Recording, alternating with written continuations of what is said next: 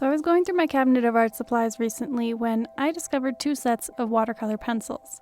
Now, I haven't used watercolor pencils in like a long time, we'll just say a long time. The last I can remember is 17 years ago. I like to think I've improved as an artist in 17 years. Why I have two sets now, I have no idea, but I do.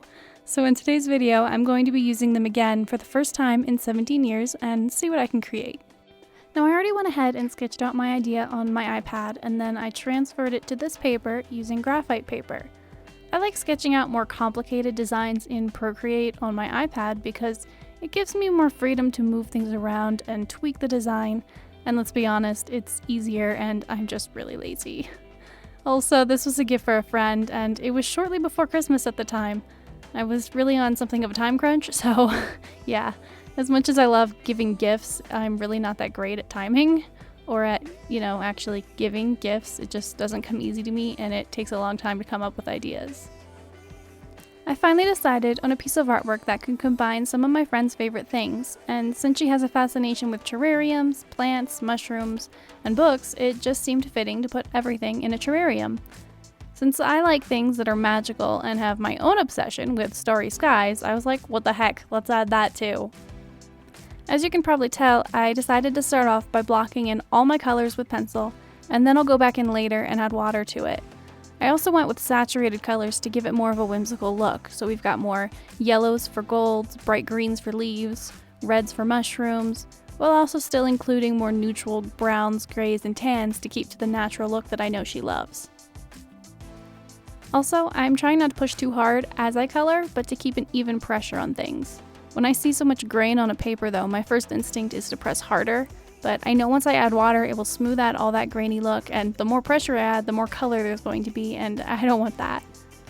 Now, speaking of grain, I feel I should also mention the paper I ended up using, because I actually put this design on Strathmore 300 Bristol paper, which is what I mainly use for colored pencil artwork instead of watercolor paper, which is what I probably should have used.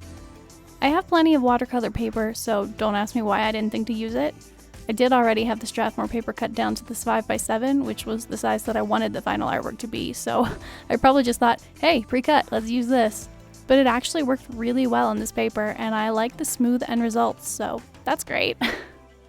Also, I put in the contrast of blue night sky with the magenta colored ground to give the illusion that the terrarium itself was putting off light. And now it's finally time to start adding water. I'll be honest, I didn't anticipate how bright these colors were actually going to be once I added the water, but they're so much brighter and the color came out beautifully smooth and rich. All the same, I kind of wish I'd been able to tone that down in the end for a less saturated look, but whatever. If anyone asked, I'm gonna own to it. Totally did that on purpose. There are a lot of elements in this picture, perhaps too many with it being such a small piece of art, and also for being my first time working with this medium in a long time. For some reason, I always end up making things that are more complicated than I anticipated. I quickly found I wasn't able to put the amount of detail into the picture that I wanted, and unless I had a really sharp tip on the pencil, it was difficult to lay down the color and get the sharp edges that I was hoping for. This was a problem that persisted once I added water. In the end, I wouldn't have wanted to take away any of the elements though. Like I said, it was for a friend, and I really loved the concept I had. But making the art larger, now that would have been a good idea to do from the start. And actually, despite the detail problem, it actually wasn't as tricky as I'd expected to use these watercolor pencils. There wasn't much of a learning curve. They blended pretty well when I layered the colors, and they layered smoothly like my Prismacolor colored pencils. Which makes sense, since one of my sets was a Prismacolor brand. When I added the water, the colors melted together beautifully. Something to note though is that being water soluble, these pencil leads are very soft. So, like I said earlier, it's quite hard to get a sharp point to them. And with the Prismacolor watercolor pencils especially, the leads broke a lot. If you're familiar with Prismacolor brand pencils, then you know what I mean.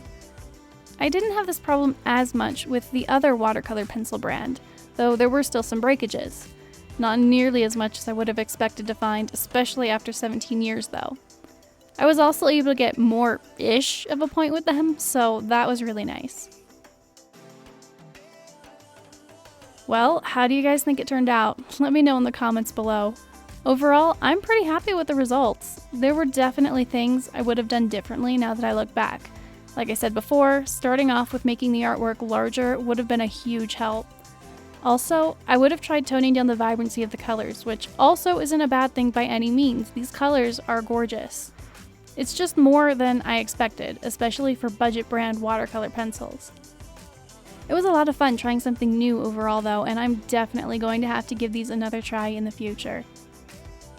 Well, that's it for today. I have a lot of new content ideas that I'm super excited to share with you, so if you like this video, be sure to give it a thumbs up and subscribe. And until next time, stay epic.